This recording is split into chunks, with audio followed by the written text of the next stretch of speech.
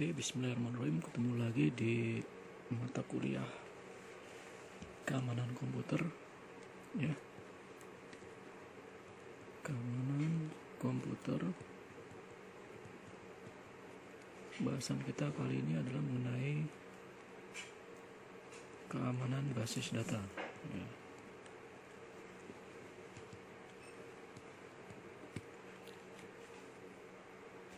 Ya, seperti kita ketahui bahwa kenapa masalah basis data ini penting, ya, karena pertama kemampuan menyediakan informasi, ya, ini karena basis data itu mempunyai kemampuan untuk menyediakan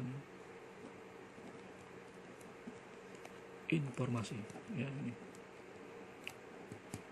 Jadi sehingga keamanan dari basis data agar mempunyai kemampuan menyediakan informasi, maka dia harus diamankan. Karena kenapa? Karena data itu harus disediakan secara cepat, ya, akurat, sehingga kebutuhan ini menjadi sebuah kebutuhan yang sangat penting, ya, sehingga dia menjadi sebuah informasi penting, ya. Information based society, ya, ini menjadi sebuah informasi sangat penting bagi kehidupan sosial masyarakat, ya, ini. Nah, ini terus juga kalau kita lihat kenapa basis keamanan data itu penting, ya, karena basis data ini tidak ada batasnya, gitu ya. Artinya basis data ini ada batas, ya, ada batas akses, gitu ya. Ini batas akses karena tidak semua orang bisa akses data, ya, karena data ini tergantung dari kebutuhannya, ya. Tidak semua orang bisa mengakses data, hanya orang-orang tertentu yang boleh mengakses data. Agar apa? Agar aman, ya, ini. Nah, ini karena adanya tren data sudah dipublish ke internet, maka otomatis data mempunyai nilai ekonomis, ya. Ya, mempunyai nilai ekonomis berarti dia harus aman, ya. Orang yang mengakses punya hak otorisasi, ya, artinya tidak semua orang bisa mengakses sembarangan, ya, apalagi data-data pribadi, ya. Nah, ini pentingnya keamanan dari basis data, ya. Jadi sama juga seperti kalau mempunyai nilai ekonomis, otomatis banyak orang yang berusaha untuk mencuri, ya, mencuri data atau informasi. Nah, ini yang harus diperhatikan, ya. Oke, itu. Keamanan merupakan suatu proteksi terhadap pengerusakan data, ya. Nah, ini. Jadi dari semua data yang ada ini mempunyai potensi, ya, untuk dirusak datanya, ya. Ini, ya, mempunyai potensi untuk dirusak, ya, sehingga ini menjadi faktor penting dalam pemakaian data oleh pemakai, ya. Jadi pemakai data juga harus memperhatikan faktor-faktor dari keamanan, ya. Nah, ini keamanan data, ya, ini. Terus bagaimana untuk menjaga keamanan dari basis data, ya? Tentunya di sini banyak langkah, ya. Kita harus bisa menentukan, ya, di sini, ya, untuk menjaga, ya, keamanan basis data. Pertama, kita harus bisa menentukan perangkat lunak Nah, ya, kita bisa menggunakan teknologi software ya untuk mengamankan data kita ya. Ini baik itu dalam bentuk terpusat ya, dengan server maupun dalam bentuk personal ya. Yang kedua, kita harus memberikan hak otorisasi ya. Ini ya, siapa saja yang berhak mengakses data ya. Nah, ini harus ditentukan ya, harus ditentukan siapa saja. Jadi jangan sampai semua data ini bisa diakses oleh orang lain yang tidak perlu, yang tidak bukan kepentingannya. Ini bisa fatal ya. Nah, ini jadi harus ada otorisasi ya, ini sehingga data ini bisa terjaga ya, keasliannya ya, terjaga keakuratannya, tersedia secara baik ya, tersedia secara cepat karena punya hak otorisasi. Jadi kalau semua data ini diakses banyak orang lain yang tidak berkepentingan, yang terjadi data bisa dimanipulasi ya. Nah, ini yang dikhawatirkan. Data itu bisa ditambah, dikurangi, ditambah, dikurangi, bahkan dipabrikasi ya. Nah, inilah yang harus dihindari.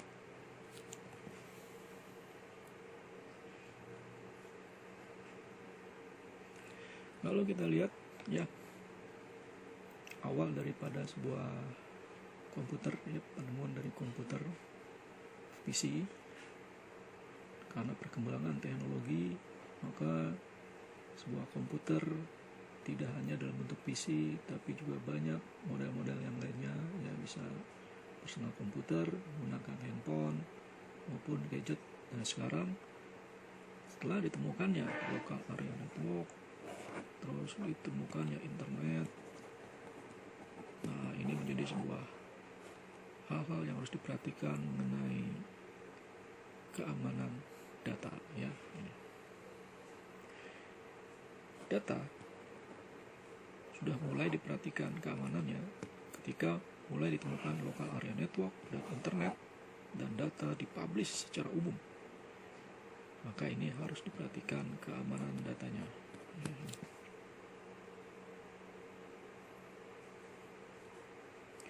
Jadi kalau data sudah dipublish keluar ke internet, berarti ini mempunyai peluang-peluang adanya lubang keamanan yang longgar ya, security keamanan ya, orang-orang yang menjaga data-data ini ya.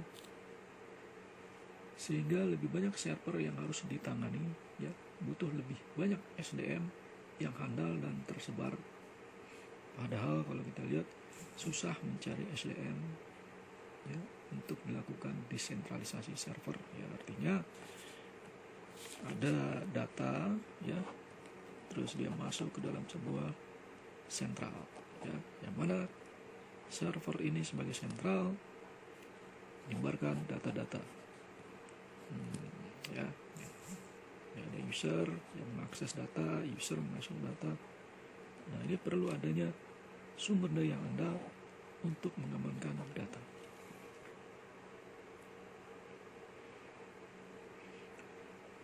Nah, sekarang kita lihat lagi potensi dari ancaman keamanan ya.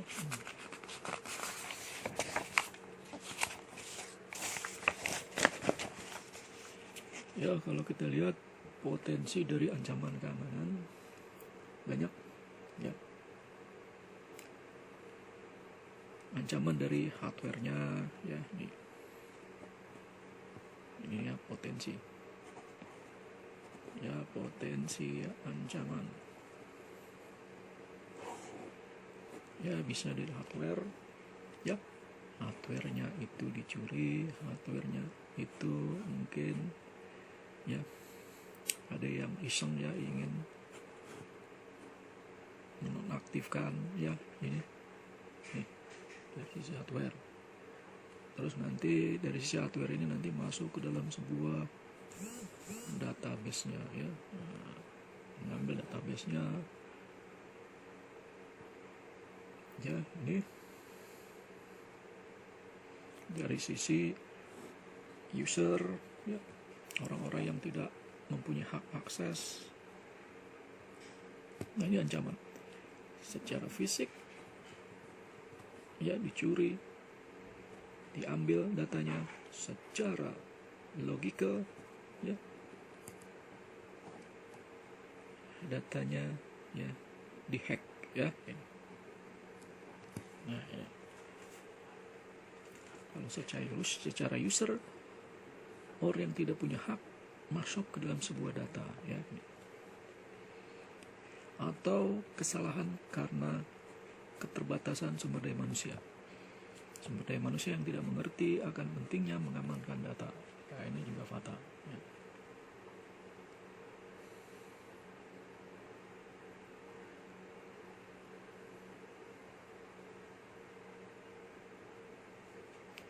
Ya, jadi kalau kita ambil kesimpulan ya, keamanan kalau kita klasifikasikan ya, kita klasifikasikan ya, klasifikasikan keamanan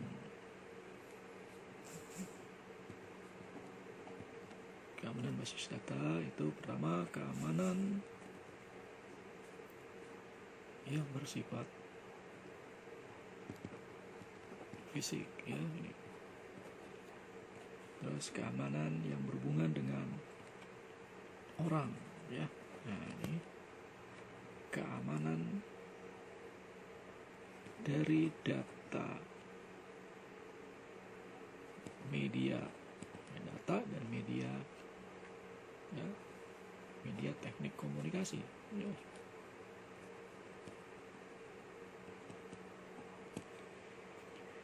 Dan juga dari keamanan operasinya ya, keamanan dalam operasi ya, dalam mengoperasikan ya. Nah, ini adalah klasifikasi dari keamanan basis data. Keamanan yang bersifat fisik berarti bagaimana caranya bisa mengamankan fisik dari data itu, baik itu berupa hard disknya ya, perangkat PC-nya, servernya, hanya agar aman. Artinya aman dari pencurian ya, aman dari serangan-serangan misalkan dari lingkungan ya, lingkungan ekstrim, banjir, gempa dan sebagainya, itu fisik ya. Keamanan dari sisi orang berarti mengenai otorisasi ya, hak akses ya. Keamanan dari data itu sendiri, dari media teknik komunikasinya ya, berarti mengenai akses internet, jalur media jaringan. Ini bagaimana IT support bisa mengamankan server dengan menggunakan firewall ya, bisa menggunakan MikroTik ya, router, terus pakai Cisco juga bisa, baik dari sisi perangkat kerasnya maupun dari sisi perangkat lunaknya ya. Keamanan data menggunakan media bantuan perangkat lunak dan perangkat keras ya. Terus keamanan dalam hal operasi ya, bagaimana user bisa mengoperasikan data secara baik dan benar ya. Ini tentunya IT support atau departemen IT harus membuat ya user manual ya, ini panduan bagaimana mengoperasikan aplikasi tersebut, menyimpan data yang baik ya, membackup data yang baik ya. Ini.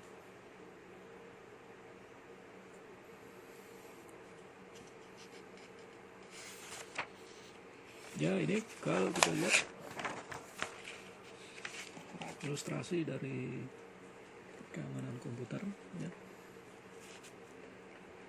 bagaimana di pertemuan sebelumnya kita sudah bahas mengenai mengamankan data dengan menggunakan inskripsi dan deskripsi.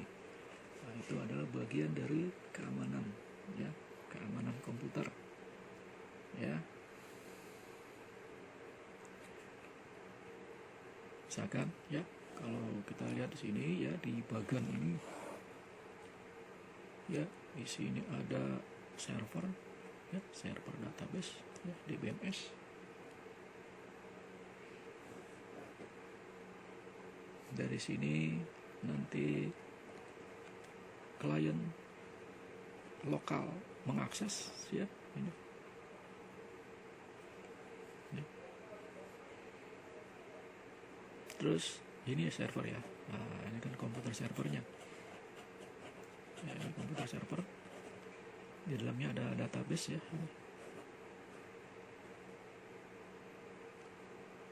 Ya.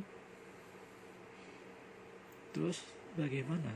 Ada security-nya, ya, ada security-nya, keamanannya yang bisa memantau berjalannya kegiatan server database ini, ya. Ini. Ya. Tentu mungkin, ya, ada firewall sini, ya. Ya, satu sisi keamanan dari sisi dalam, ya, ini. Satu sisi keamanan untuk akses keluar. Nah, ini adalah akses keluar ke internet. Ya, ini ada firewall sini yang bisa menjaga agar tidak semua orang bisa masuk ke dalam sebuah local area network ini. Ya, nah ini LAN. Ya, ini. Ya, kalau sudah masuk di sini berarti ada proses yang namanya enkripsi dan deskripsi, ya. Enkripsi, ya, dan deskripsi. Nah, ini karena di dalam perjalanan ini, ya, perjalanan di internet ini kan kita tidak tahu apakah data itu dibelokkan ke dalam sebuah lokal atau dibuat lagi data yang baru yang tidak berhak atau dipublikasi. Nah, maka ini butuh yang namanya enskripsi. Ya, dienkripsikan dulu datanya, baru dikirim. Nah, baru setelah sampai ke si penerima dideskripsikan lagi.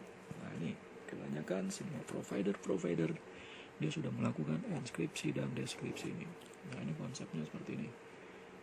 Ya, jadi ada berapa lapis kalau kita lihat di sini, ya. Lapis di luar, ya, ini lapis di dalam. Nah, begitu pentingnya keamanan komputer yang kaitannya dengan basis data.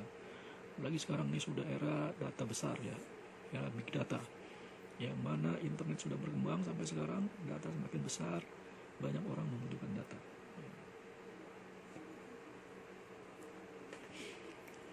Ya, jadi sekarang kita lanjut lagi. Kita masuk di aspek untuk dukungan keamanan basis data, ya. Nah, aspek untuk dukungan keamanan basis data, ya, ini. Pertama ada network security, ya. Ya, fokus kepada saluran pembawa informasi. Nah, ini fokusnya kepada jaringan, ya. Ya, salurannya, ya. Kedua, kepada application security, ya.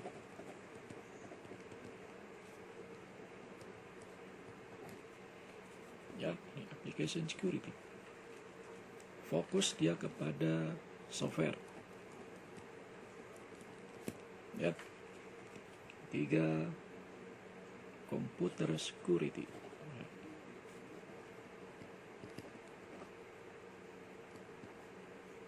Ini fokus kepada keamanan dari komputer itu sendiri, ya. Nah, ini aspek yang harus didukung dalam mengamankan sebuah basis data. Ya, pertama, network security, saluran jaringannya harus benar-benar secure, aman. Ya, tentunya dengan menggunakan proteksi. Ya, proteksi dengan menggunakan router misalnya. Ya, menggunakan firewall, router atau microtik. Application. Ya, dari softwarenya. Nah, mempunyai perangkat lunak database yang handal, aman, hak otorisasinya terjaga, ya. Terus dari sisi keamanan komputernya itu sendiri, ya. Ini dari sisi sistemnya, sistem operasinya, ya, sistem keamanannya. Ini ada 3 yang harus diperhatikan, ya.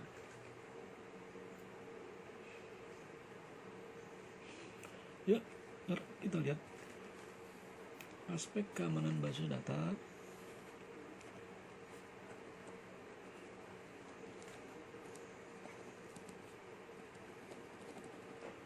Itu pertama privacy.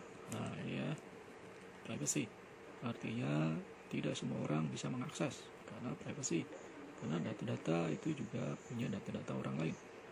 Ya, integrity artinya integrity di sini adalah data itu benar-benar punya integritas, ya, dia saling terintegrasi dengan data yang lain, ya, gitu. Terus juga authentic, ya. Nah, ini kalau kita lihat authentication, ya, data itu jelas, benar, sahih, gitu ya. Jadi benar-benar sudah disaring, difilter sehingga ini data ini otentik. Nah, ini, ya. Availability artinya data ini benar-benar tersedia. Jadi ketika data ini dibutuhkan, maka data ini tersedia dengan cepat. Nah, ini sama ketika kita butuh informasi, aplikasi siap menyediakan data tersebut. Nah, itu availability. Tapi ketika kita butuh data, ternyata data itu tidak tersedia dan lama prosesnya. Nah, ini berarti dia tidak availability, ya. Terus non-repudiation, ya, non-repudiation artinya data itu tidak redundan, ya, tidak double, ya. Jadi data itu satu dan tidak double. Karena banyak yang mengakses, akhirnya data itu berbeda-beda. Nah, itu maksudnya. Ketika data itu ada di keuangan sama, ketika data itu ada di HRD sama, ketika data itu ada di bagian produksi sama. Nah, itu non-repudiation. Jadi data itu valid, tidak beda-beda, ya. Terus 6 ini access control, ya. Ya, basis data mempunyai akses kontrol, ya, akses kontrol yang sesuai dengan hak aksesnya, ya. Jadi bisa diakses, ya, menggunakan password misalkan, menggunakan ACL, ya, akses control list, ya, berdasarkan user. Ini ya, ini aspek keamanan basis data.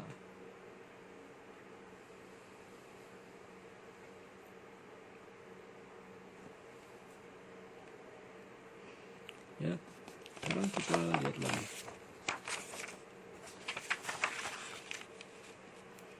Prinsip keamanan, ya, kalau kita lihat.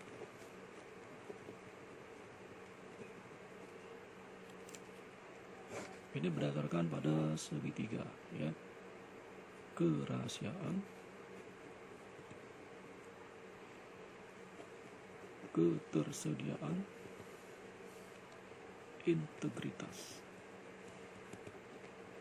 Nah, ini prinsip dari keamanan, ya. Prinsip dalam mengamankan sebuah data. Kerahasiaan artinya apa? Menjamin perlindungan akses informasi, ya. Keterpaduan menjamin bahwa informasi tidak dapat dirubah, ya. Ini ketersediaan menjamin kesiapan akses informasi, ya, gitu.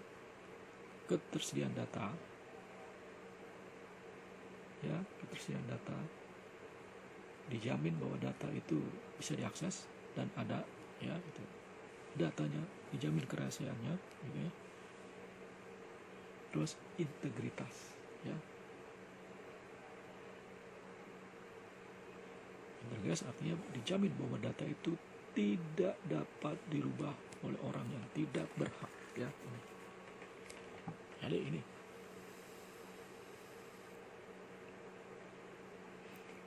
contoh kalau kita lihat, ya, kerahasiaan catatan medis pasien harus tertutup untuk umum, ya. Ini lihat dari kerahasiaan, ya, catatan medis, ya, itu. Terus apa, integritas contohnya, ya, kaitan dengan catatan medis harus benar.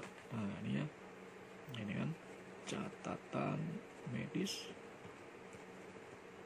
harus benar, ya. Nah, nih yang tadi kan kerahasiaan yang kaitannya dengan tertutup. Nah, ini tertutup, ya, tertutup catatan medis. Ya, jadi kalau rumah sakit punya pasien, berarti catatan medisnya harus tertutup. Tidak semua orang bisa mengakses, ya. Ketersediaan, berarti ini misalkan catatan medis pasien dapat diakses, ya. Catatan medis pasien dapat diakses oleh siapa? Oleh orang-orang yang berhak, misalkan oleh dokter, ya, ya, diakses oleh pihak manajemen rumah sakit yang mempunyai kepentingan untuk proses sembuhnya pasien, ya.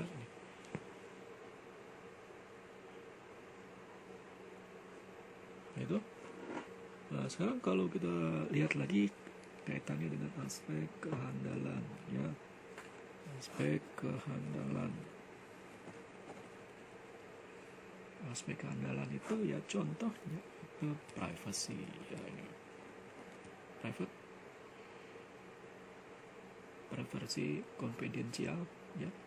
Proteksi dapat bersifat pribadi yang sensitif seperti nama, tempat tanggal lahir, agama, hobi, penyakit yang pernah diderita, data pelanggan, transaksi pada e-commerce, proteksi terhadap serangan sniper, ya.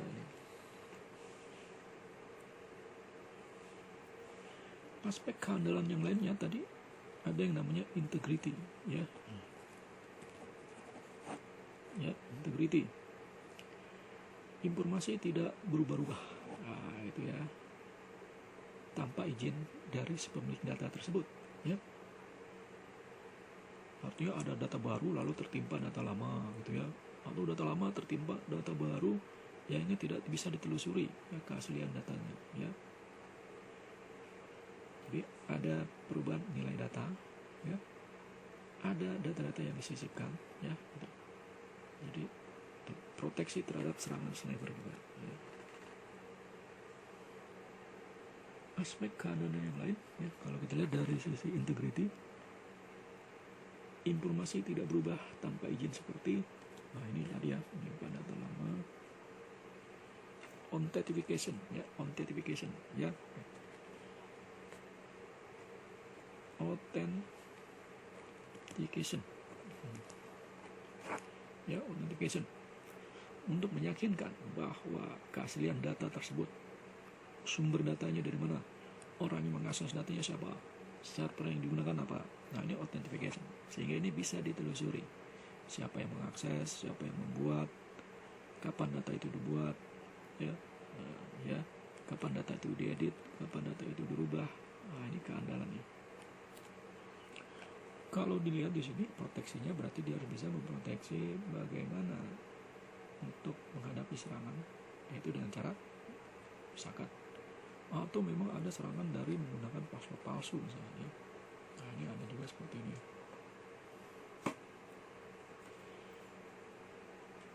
Availability, ya. Sekarang kita lihat mengenai availability, ya, availability.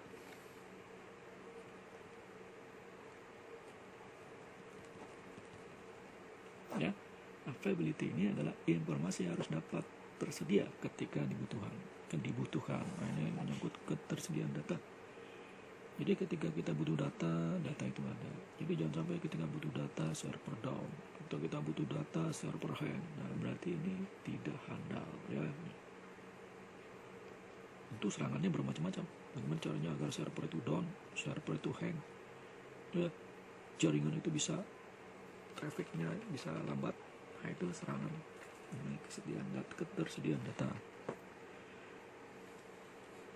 Proteksi terhadap serangannya bisa berupa denial of service, DOS attack ya.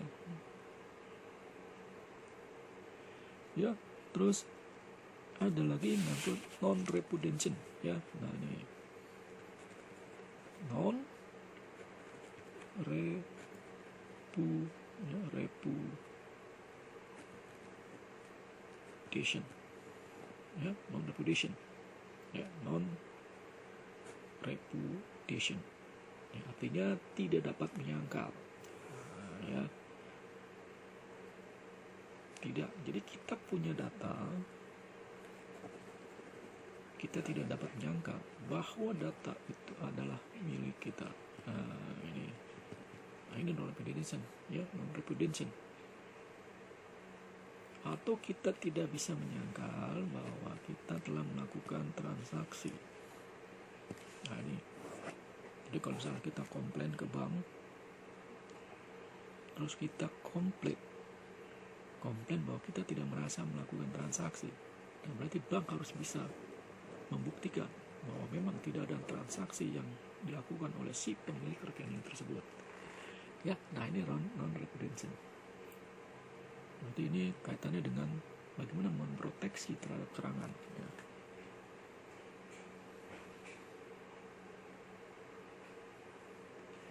Ya, aspek keandalan yang lain ya kaitannya dengan akses kontrol ya. Ya, akses kontrol tentu ini mekanisme bagaimana mengatur siapa saja yang boleh melakukan kegiatan yang ada dalam sebuah data. Berarti masuk ke dalam sebuah akses. Baik itu akses menggunakan user ya, akses control list ya, maupun akses menggunakan password. Nah, ini harus diproteksi ya. Atau adanya kelas dalam mengakses data ya, misalkan hanya bisa diakses untuk write saja ya, hanya bisa diakses untuk read saja ya, bahkan bisa untuk mengeksekusi. Nah, ini kelas-kelasnya ya. Kalau di Linux ini namanya RWX ya, itu. Nah, ini contoh ya, sehingga jelas di sini bahwa batas privilege user untuk akses kontrol pada basis data. Kalau kita lihat sini, ini yang terakhir ya.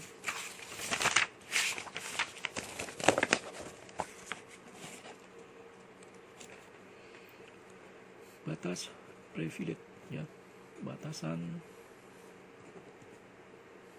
privilege.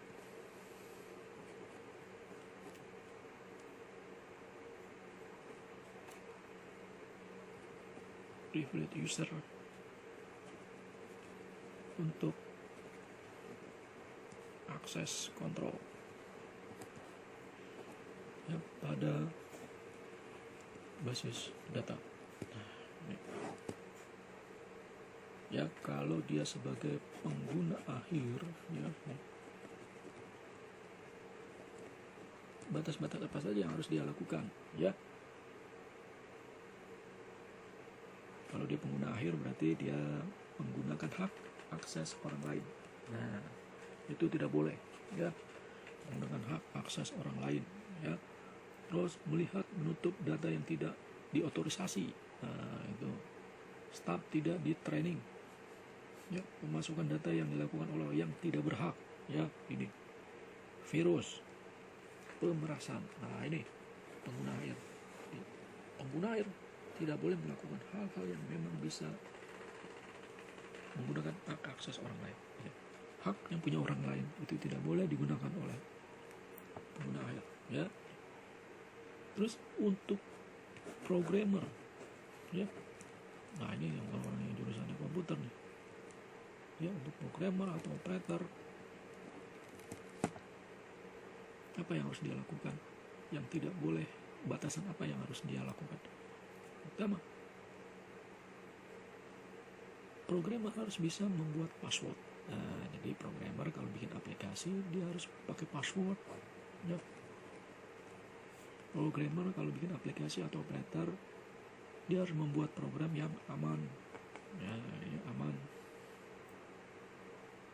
Kalau dia membuat program tidak aman, berarti dia malah menjerumuskan usernya. Staff yang tidak di training juga akan menjadi cikal bakal bahwa aplikasi itu nanti bisa tidak aman karena kesalahan user yang tidak mengerti. Ya, ini prosedur yang harus diterapkan oleh perusahaan, ya, bagaimana cara mengamankan data, ya ini. Ya, terus dari sisi database administrator, ya, database administrator, misalkan kita sebagai database administrator, apa yang harus kita lakukan? Tentunya kita harus membuat sebuah kebijakan keamanan dan prosedur yang baik untuk keamanan data. Oke, ini session pertama mengenai keamanan basis data. Nanti kita lanjut lagi minggu depan. Terima kasih. Ya. Assalamualaikum warahmatullahi wabarakatuh. Jadi untuk presensi hari ini, bukti bahwa kalian hadir di perkuliahan ini, kalian harus like, like. Kalau belum subscribe, ya, like video di YouTube dan subscribe. Nah, ini sebagai presensi. Oke, terima kasih. Assalamualaikum warahmatullahi wabarakatuh.